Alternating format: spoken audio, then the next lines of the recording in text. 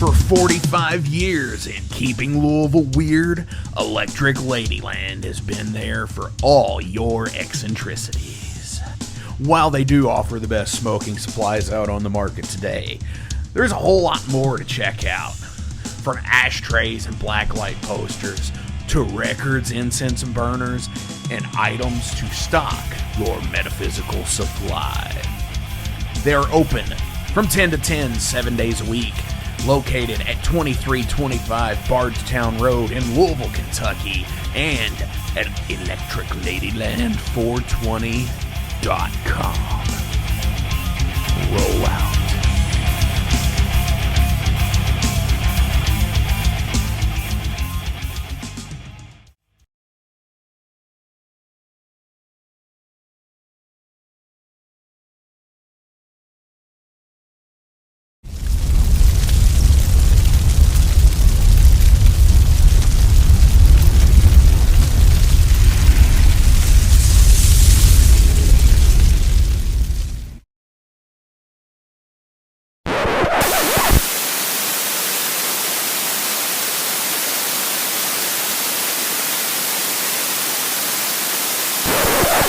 Metalheads, this week we are here with Damna from ElvenKing. Dude, what is up? It's busy times, but everything's cool. Thank you so much for having ElvenKing on your show. Of course, no, thank you for coming on, because this has been awesome. Because here we are. We're celebrating 27 years of ElvenKing this year. That's awesome, man. Like, from 97 to now, how has things changed for you? When you were saying 27 years, I was about to say no, it's not that much, but it is actually. So it feels like it's been 10 years or even less that we're doing this. So thinking about the fact that it's 27 years, it's what the hell. It's really a lot. So I don't know if anything has changed about the way we conceive music. It's the whole world has changed around us, I think. Of course, we've grown up a little bit, or maybe not. I don't know. I'm not sure. I'm not sure Right. about that. We're not gonna say that we've grown up in metal, are we? I mean, exactly, have we? Exactly. No, I don't know. It's metal keeps us young, so probably it's better if we do not grow up after all. But yeah, I think that the way we conceive music and we think about how we write and play music hasn't changed a lot, actually. As I said, things have changed a lot around us, so we had to adapt a little bit when it comes to just do the things that are meant to have our music be distributed and so on, with all the digital things and Right. and this and that. So but after all, I think that we're a bit older, but we still love what we do. There's big passion still, so that's why we keep on doing it. That's the main reason behind ElvenKing and behind our commitment in the band. For sure. Now, as we're looking here through Metal Archives, I see that you all have 11 full-length albums with some singles and other stuff thrown in there through the mix. Like you had the Primeval single that just came out here last year, and the last full length, which is Reader of the Runes, Rapture. When you all get together this late in the game, I guess you could say, 27 years later, when you all go to write an album, I mean, what's the process now? Yeah, probably that's one of the things that really changed in the band, because in the very early years, we had all the time to meet up in a rehearsal room and which actually was in my basement, in my parents' house basement. He had the rehearsal room there, and we met up like, you know, I wouldn't say every day, but it was like a couple of days during the week, and then, like 5 or 6 hours in the Saturdays, So we met up and we wrote music all together. That was the way we did things. We did songwrite back in the day. But yeah, now things have changed also because some of the members have changed, and we all have our jobs and our daily jobs, so we don't have all that time to just be in the rehearsal room and stick together. So we had to find another way, and basically it's me and Nathan, the guitar player, who are meeting during maybe the nights, or after our job is finished. We just meet up at his place or my place, and we just write music. So conceptually it's not that different, but it's not. I think we do like as a band, as a whole band. Nowadays, it's the two of us who write the music, and then we record like really rough reproductions, and we send them to the other guys, and they think about their arrangements then. But yeah, that's the way we mainly write music nowadays. For sure. And with it being just you two, as pretty much he being the original guitar player and you being there pretty much from the beginning, it you did leave for a moment, but not long, maybe a couple of years, but you've pretty much been around the whole time. Yeah. And uh, with that decision, why did you all keep the ElvenKing name and not just do something different when it was that? What made you all want to stick with saying we should continue doing this project? Well, basically because I think that the spirit of what we do together is ElvenKing, is what we started back in 1997, 1998, and the spirit is still that. There has been a moment, it was before we started writing the Pagan Manifesto album, when me and Aiden just met, and we really discussed about closing this band, because I think that after the Era album we were in a bit of in a moment when we still had to define once and for all the ElvenKing sound. And there we said, if we are able to finally define it and make an album that really captures the essence of ElvenKing once and for all, then we're going to stick to this, stick together, stick to the ElvenKing name and go on from there. But if we're not able to do that, maybe it's better if we close this band, because there is no sense if we're not able to capture again the spirit that made us start back in the late 90s. So fortunately, with a lot of talking and a lot of listening to old ideas, old demos, old things that we never turn into songs, we found the spirit again. And I think that we defined once and for all the ElvenKing essence, the ElvenKing sound, and that's what motivated us in continuing and go on with the band. Absolutely. See, that's rad as shit because, like I said, I know you're also in another band as well. Hell in the Club, is that correct? Yeah. It's just totally different thing, but yeah. Right. But so as that goes on, and have when you come back to either or ElvenKing, or it's just like, so you're in that mode to write for that. So with lyric and vocals, do you wait on riffs, or do you have like an idea first and you run it by Ada and say, hey, this is what I have, or how do you do that? Well, I think that most of my songwriting, but also of Aiden's songwriting, comes from ideas that just arrive.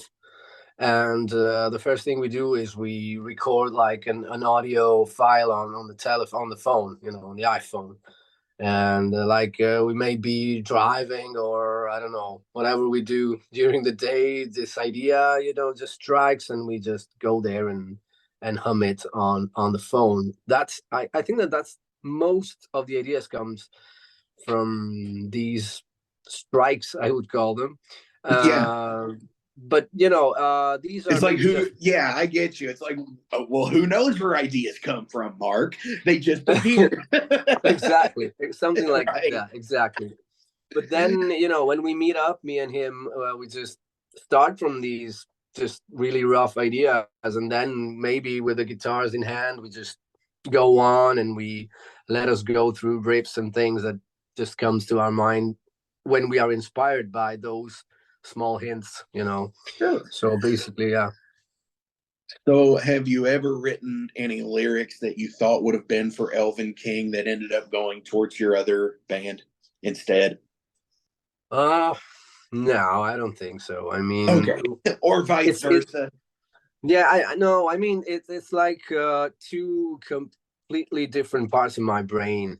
With ElvenKing, I know that I am going through, that kind of mood and atmospheres, and with in the club, I know that it's like tributing the music that made me fall in love with rock, with heavy metal when I was a kid. So it's a completely different mindset.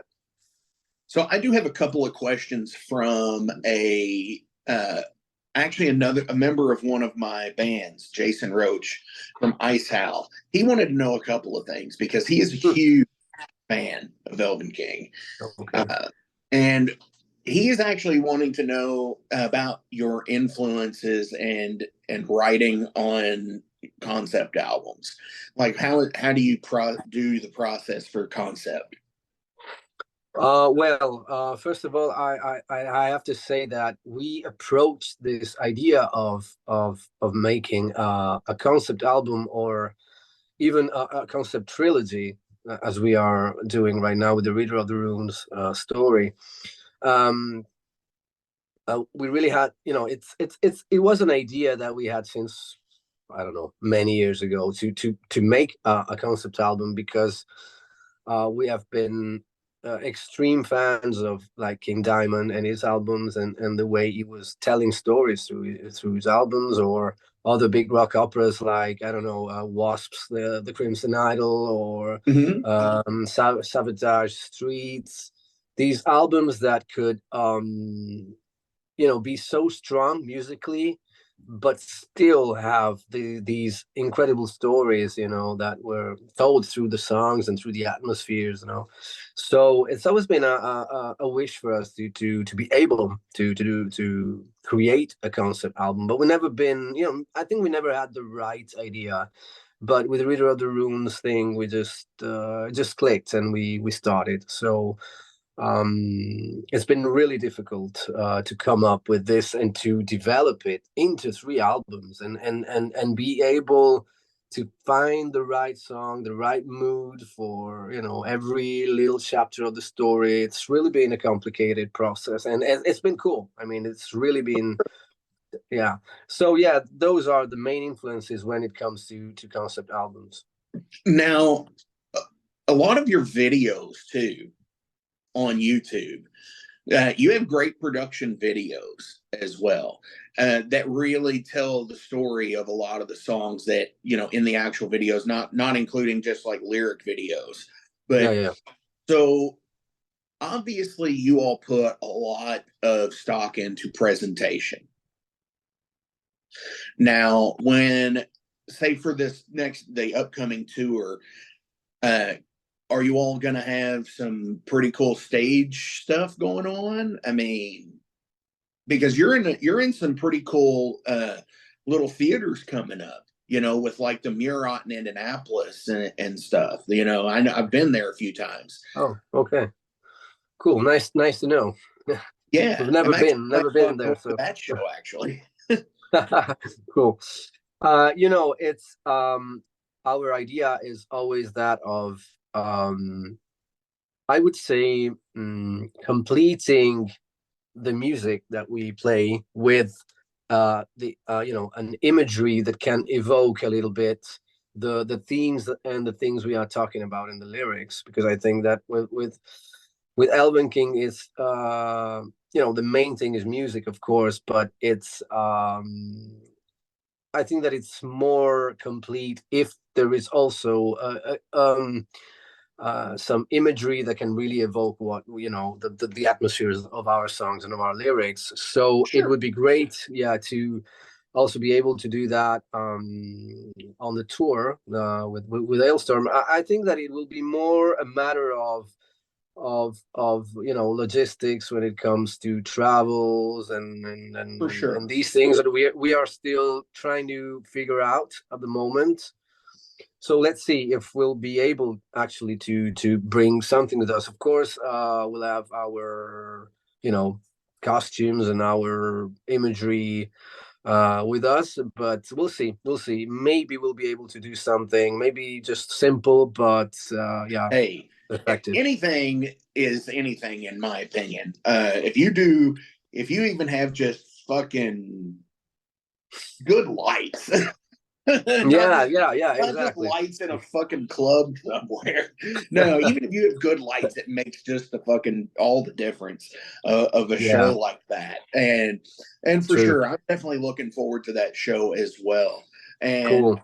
oh, just like even like with the videos, like I was saying, like the comparison is I could totally see like having the moment on stage where fucking like the either the nymphs or the succubi come out and fucking dance around you or something, and you're just Yeah, yeah, up yeah. in fucking epic metal glory, I you get it. know, I get it. that Yeah, yeah, that yeah. cool shit, like Like Maiden with Eddie. I mean, that's the we were all excited yeah. when we saw Eddie coming on Yeah, stage, even if 12-foot tall fucking yeah. Eddie. Yeah.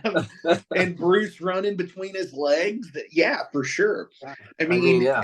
and that's actually where I was going with it was the maiden aspect because even with it, whether it's animatronics banners for them because they switch banners almost every song, Yeah. or giant inflatables like with ACDC, Yeah. with or whatever. It's all cool and it all leads to something, and the imagery is out there and it's great, and Exactly. which also blends into artwork for your albums. When the how much care is actually put into making sure everything is exactly the way you want it. I think we've always been really maniacal about cover artworks, really, Yes. really. And I know for sure that, the artists we work with can absolutely tell you something about this. So through the years, we've been really, maniacal. That's the word. Fortunately, with Sofia Dankova, who's the artist who took care of the last two cover artworks for the Reader of the Runes albums, and will also take care of the new one. She's actually finishing, the last touches of that. So it's we just had to give her the story and what we thought what we saw in our minds as the cover artwork, and she came with a couple of sketches and they were already perfect. So we really found like a connection with her that basically you know we it saved her from all our fuss about details, because she Sure. already put all the details in and all the things that we had in our minds. It was amazing. Definitely. So, out of your album artwork, uh, which one do you like the least? Oh, Not that you actually hate it, but it's just like you wish you could have done it better in hindsight. that's always difficult. I know it's like picking your children and stuff like Exactly, that. It's like pointing out their exactly, flaws. But exactly. I mean, if you were to release something in like a deluxe edition, a reissue that you could change the artwork on, what would it be? Let's just put it that way. Um, yeah, yeah, that's better. Because Um, that's what everybody does. I mean, Megadeth. yeah, but well, and usually I don't like that kind of operation. I mean, the original artwork is set in stone. That's Sure. it. But yeah, but actually, I think that the least I prefer, not the least I prefer, but the one that had a bit of uh it was difficult coming up with that artwork was Secrets of the Magic Grimoire. We love the artist Samuel Araya, who made a lot of great artworks also for us. But when we asked him the cover, he came up with an amazing piece of artwork, Mm-hmm. which was, the record company didn't like very much and told us, hey guys, maybe if you change it, you do something different. And for the first time, maybe for the first time, we said, all right, let's try another artwork, another piece, and we asked Samuel to come up with another one. But we were really, there was not a lot of time anymore for deadlines and so on. So we gave us something that he already made, pre-made, which was not done specifically for us. It's an amazing artwork. I still believe it's great, but it was not done specifically for us, even if it was perfect for the album. So I don't know. Maybe the best thing was to stick with the The original artwork he made, which we used, by the way, in inside the okay. CD, inside the vinyl. We still used it, but yeah, that was the original idea, and probably that was meant to be, the cover of the album. That's the only thing I can say about Or changing on the artwork. CD, on the CD, are you able to turn the book around to make it the cover?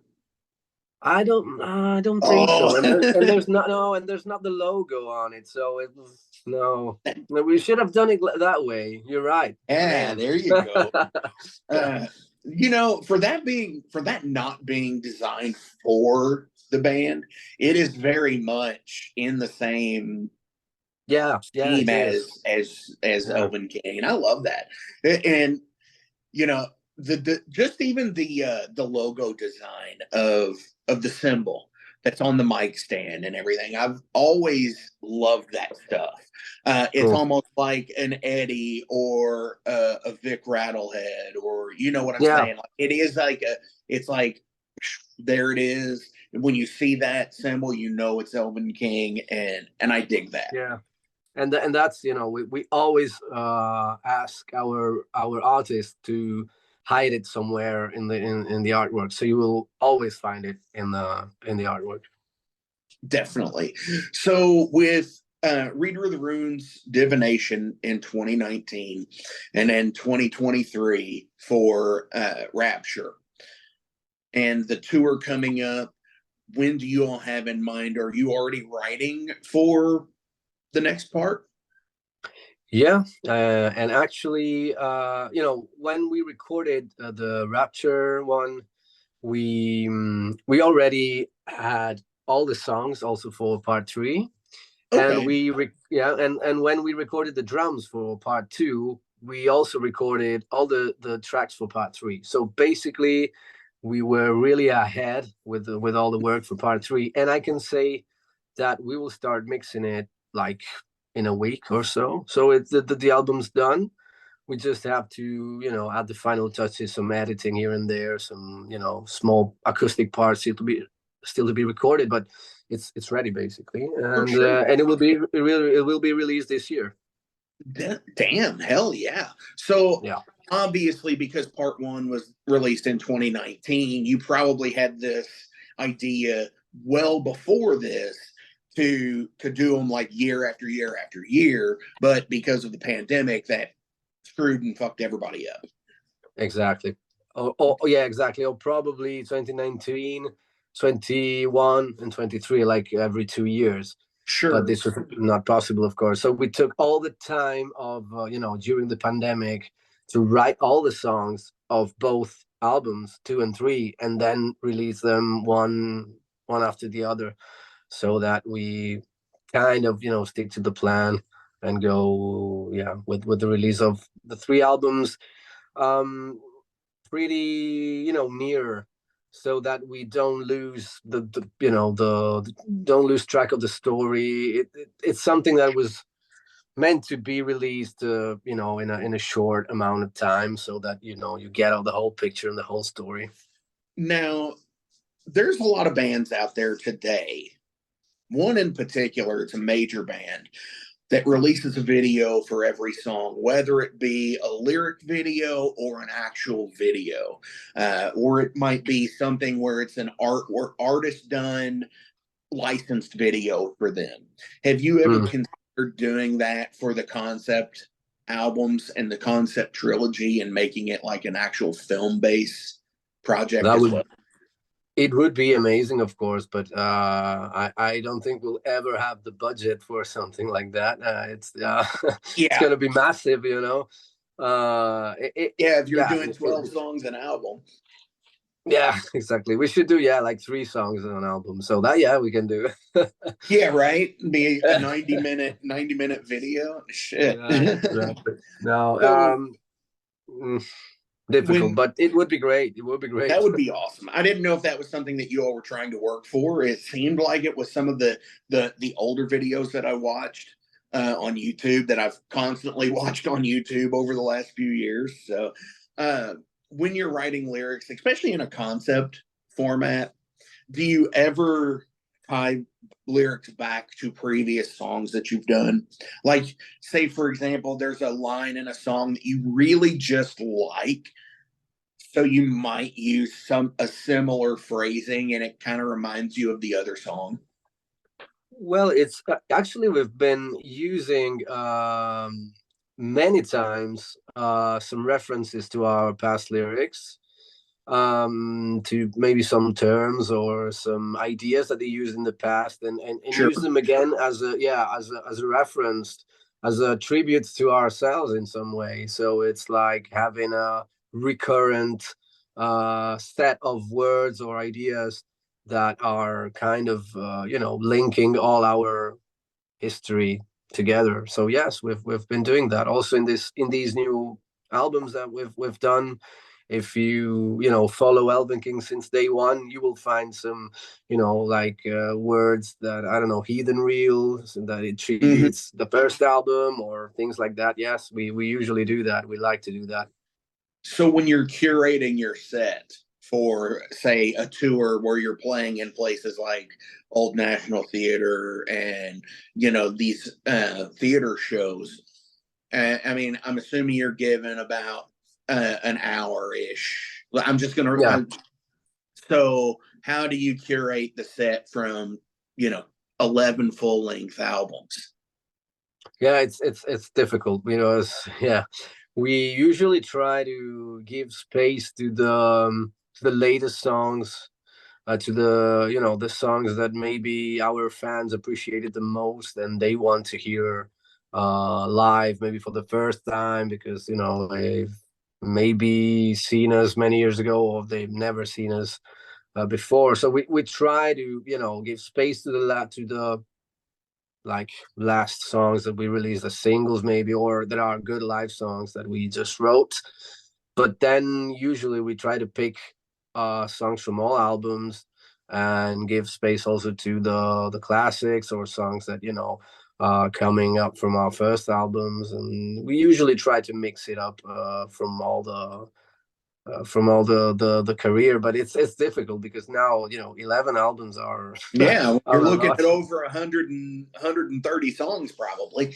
Yeah, and if you pick up just one for every album, still you already have 11 songs. It's like almost the whole show done.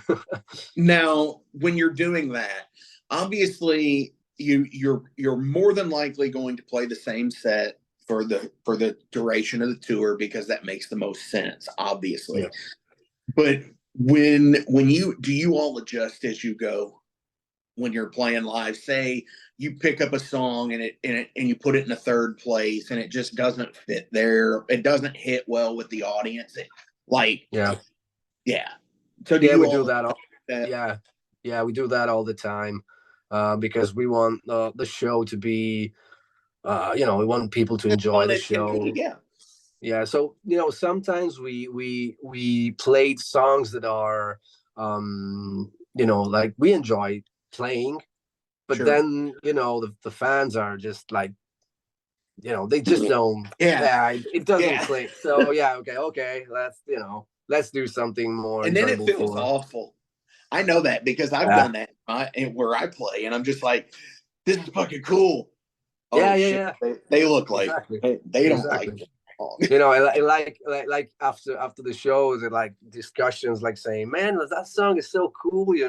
It's so great to play, and it should be enjoyable." But people just, doesn't, Yeah, I mean, don't want totally. it. So Do you throw in like the is there the random show on the tour that's like the cut loose show where everybody just goes crazy and has the night? I really hope so, but it's not. We never planned that. It just happens. Okay, cool. Because some people, you got to be the responsible adult sometimes, where not Yeah. everybody can get trashed. Like tonight's my night, tomorrow's yours. And then there's the one night where we all get shit faced. So Yeah, well, does that usually it's not the case for us, because we want to be focused when we are on stage, sure? and usually the shit face phase comes later, comes after the show. But it happened. It happened to be completely out of our minds, awful moments, but it happens. Hell yeah, man! All right, enough shop talk. Fuck this. Mm, Well, you're going to be in America here soon. This is going to fucking kick ass. We're going to go see it. We're going to do it. We're going to live it fucking up uh, through March and April, correct? correct. Hell yeah. So we're going to go ahead and switch over to derailed because I want to get to know you more as a fucking person. So 5 random questions. Okay. Uh, if you were to write a record outside of either of the two genres that you already play, what would it be? An album, or you mean a genre? Yeah, if you were to write an album Hmm. outside of the music that you currently play, what would Yeah, what genre would you want it to be? it would be black metal. Nice. Oh, totally. Yeah, I'm a big fan of black metal since, forever. So yeah, it would be black metal. I am admittedly I mean, I'm cool with a lot of black metal. It's not my preferred metal, I guess. And I would love to have more black metal people on the show, more black metal bands and such, just because I want to get more into it. And, Okay, cool.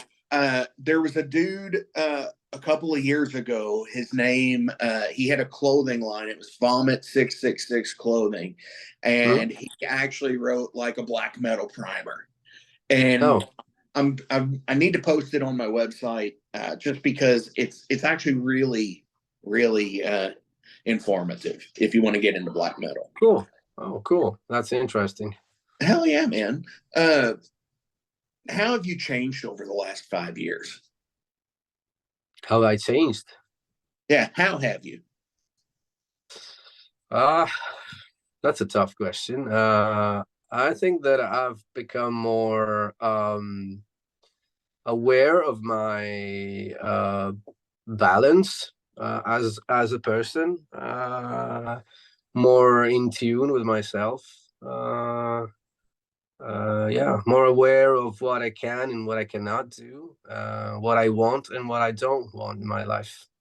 Hell yeah, that's awesome. And I think I've come across that too in the last couple of years. I just recently well, I'm almost going to be 41. So, but yeah, I think over the last year, that kind of just was like a click moment for me. And I was just like, you know what? Uh, it's okay to say no, and it's okay to fucking sit there and say, this is not cool. I want to do this instead. Or I'm just going to stay fucking home tonight. Sure, sure. That's Yeah, you don't, it's probably like, Probably it's because we're getting older. I'm 42, so probably that's why. That's the Right. reason. Hell yeah, man. Uh, what are your bad habits? Mm, um, uh, I don't know. Uh, it's this is difficult. My bad habits. Yeah, that's hard Yeah. to admit because that is hard to admit. I mean, Uh,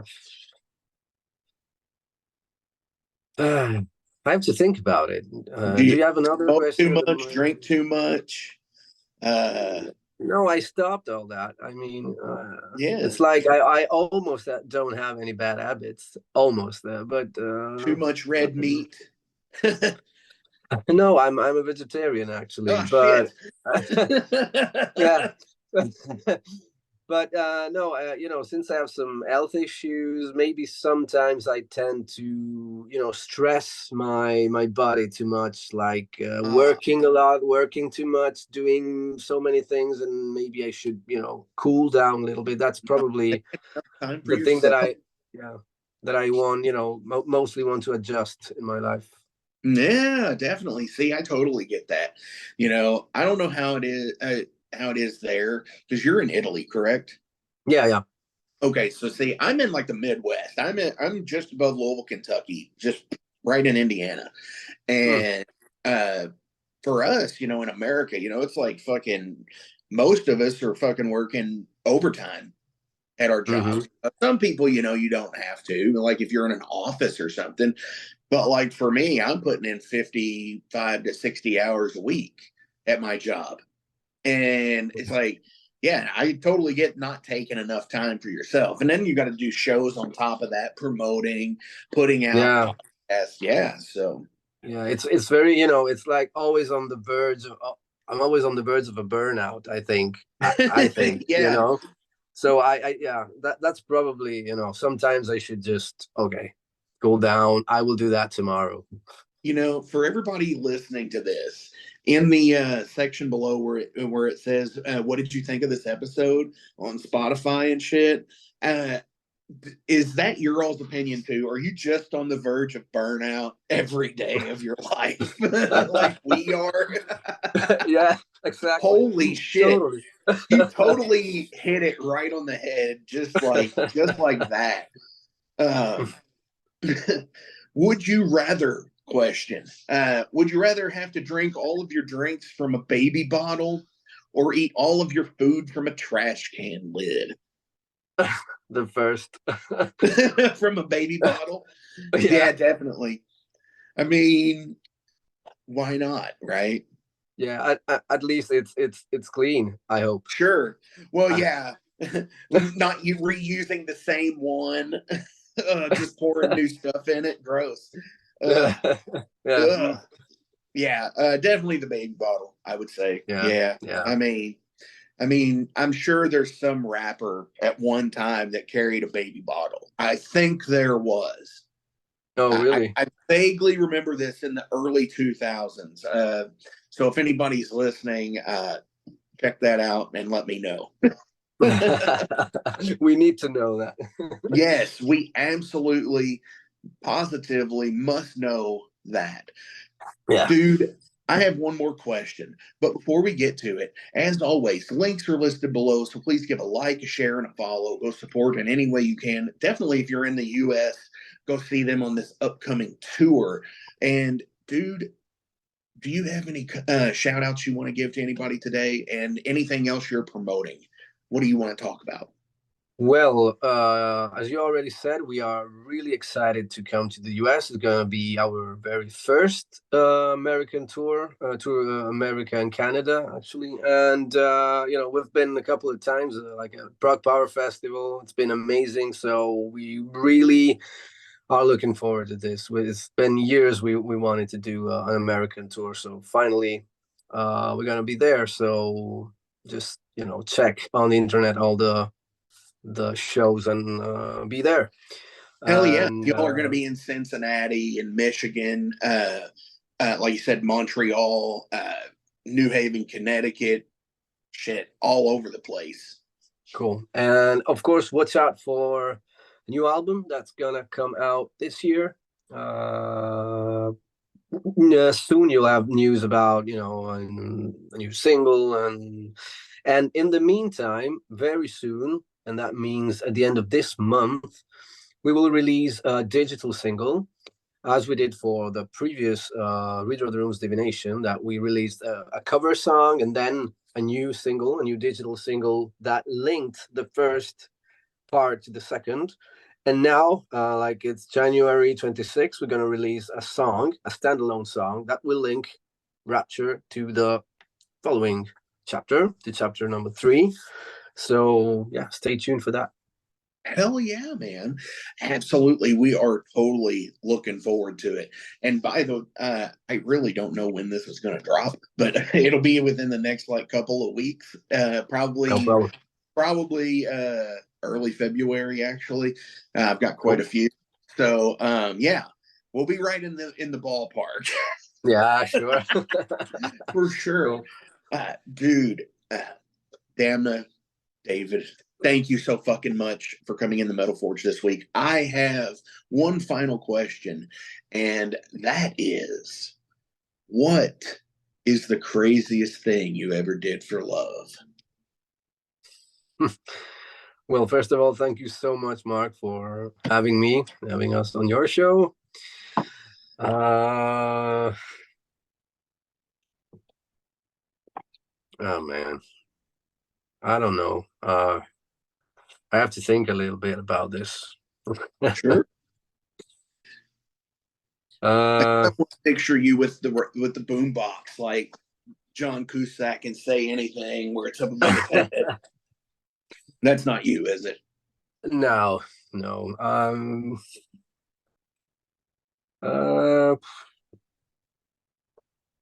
I don't know. Probably it has to do with writing some lyrics in a song, but are secreted, inserted in a song, and only one person will understand, things like that. Not crazy actually, but yeah, something like that. I don't know if I have made any like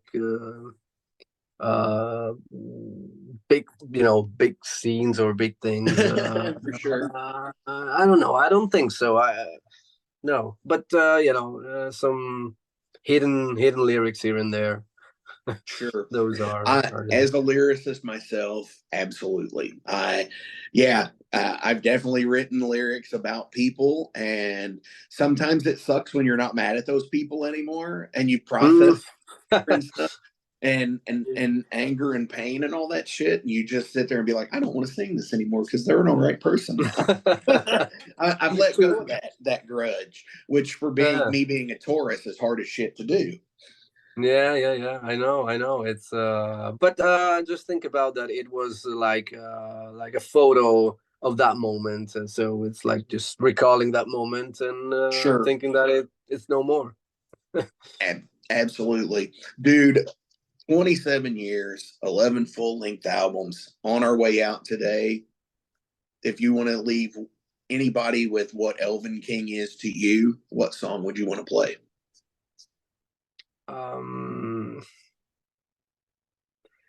I would play one song from the latest album because it represents the band in its entirety, and it's relatively new, so it's The Bride of the Night. I would choose that.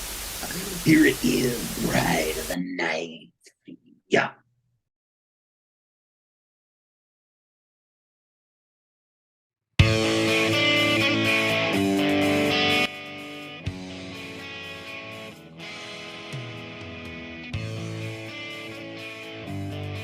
Maxwell's House of Music in Jeffersonville, Indiana is the premier 12,500 square foot music superstore that has served both the southern Indiana and Louisville, Kentucky metro area for over 4 decades. Originally founded by Marvin and Beverly Maxwell in the 70s, this gym remains a Maxwell family-owned business. Mark Maxwell, along with his business partner, Whitney McNichol, continue the reputation as being a national resource for all things music. In 2022, the iconic Guitar Emporium of Louisville relocated to Maxwell's Music, creating the largest independently owned showroom in the region. The retail offerings at Maxwell's Music includes a huge selection of guitars, basses, amplifiers, effects pedals, modeling amps, keyboards, drums, banjos, mandolins, ukuleles, sound systems, stage lighting equipment, and accessories. The music education program at Maxwell's is second to none. From private instrument and voice lessons to DG, EDM, recording, songwriting, and music theory, to rock school, weekend warriors, and Maxwell's Music Lab, there is something for every age and every ability level. In Repairland, guitar and instrument repairs and refurbishment are taken care of by the Maxwell's team of expert guitar technicians and luthiers. They also do instrument appraisals. Maxwell's offers installations for professional audio-visual and lighting systems for schools, churches, clubs, VFWs, funeral homes, sports fields, and so much more. There's also rentable space at Maxwell's, from music practice or rehearsal rooms for individuals or bands, all the way to a meeting space and concert venue that seats up to 120. That also includes a professional audio-visual and lighting system and a sound booth. Maxwell's has it all. All this plus an original, functioning 1947 recording booth to make your own record, to the Guitar Hero throne, to their very own Elvis statue, and don't forget the Harmony Green Pocket Park. There's a reason Maxwell's House of Music in Jeffersonville, Indiana has been recognized by the National Association of Music Merchants as the #1 award-winning best store design, as well as top 100 music store year after year. You gotta see it to believe it. Maxwell's House of Music in Jeffersonville, Indiana.